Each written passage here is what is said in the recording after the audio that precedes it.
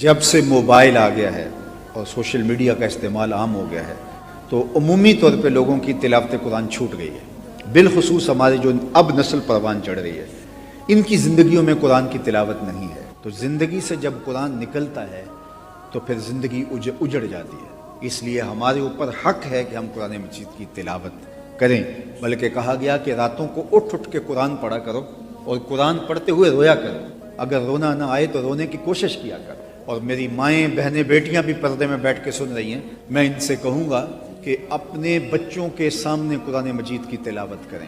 جب بچوں کے سامنے مائیں تلاوت کر رہی ہوتی ہیں تو جو رحمتیں اتر رہی ہوتی ہیں، اور بچہ چاہے کھیل رہا ہو، ابھی اس کو لفظوں کی شناخت بھی نہیں ہوئی، تو وہ قرآن کا نور اس بچے کے اندر اتر رہا ہوگا۔ جس طرح بچہ ابھی تو حرفوں سے آشنا بھی نہیں ہے، اس کے کان میں اذان دی جاتی ہے، تو آج سمیات کے ماہرین کہتے ہیں کہ بچپن میں جو بچہ آواز سنتا ہے ساری زندگی ان آوازوں سے مانوس رہتا ہے۔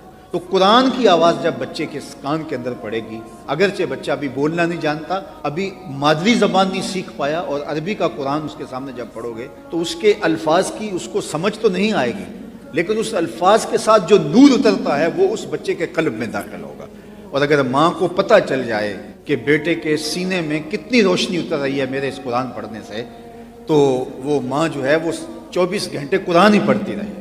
اور اگر ماں کو یہ پتہ چل جائے کہ یہ سکرین کے اوپر تھرکتی ہوئی نیم برہنہ تصویریں بچے کے باطن کو کیسے مجروح کر رہی ہیں، تو وہ اس کو توڑ دے اور کبھی بھی بچے کے سامنے جو ہے وہ ایسی بات اور ایسا اشارہ تک بھی نہ کرے، حالانکہ وہ بچہ بالکل بچہ ہے۔ تو یہ قرآن کا نور ہے، تو یہ قرآن زندگیاں بدلتا ہے۔ میرے اور آپ کے آقا مولا نے فرمایا، میں تمہیں تنہا اور لاوارث چھوڑ کے نہیں جا رہا۔ اتنی محنت کی، طائف کے بازاروں سے لے کے مکے کی گلیوں تک، کیا کیا دکھ نہیں سہے حضور نے، فاقے کاٹے، مہینہ مہینہ حضور کے گھر میں چولہا نہیں جلتا تھا، کتنے دکھ سہے اللہ کے محبوب نے۔ تو کیا یہ دین حضور ایسے ہی چھوڑ کے چلے گئے؟ نہیں، کہا میں تمہیں لاوارث چھوڑ کے نہیں جا رہا، میں تمہارے اندر دو بھاری چیزیں چھوڑ کے جا رہا ہوں۔ ان میں سے پہلی چیز اللہ کی کتاب، فرمایا اس کتاب کو مضبوطی سے پکڑ لو، اس کے ساتھ جڑ جاؤ، اور میرے اہل بیت، میری اطرت، ان کے ساتھ اپنے ربط کو، رشتے کو مضبوط کر لو۔ اگر تمہارا یہ تعلق مضبوط ہو گیا تم گمراہ نہیں ہو سکتے۔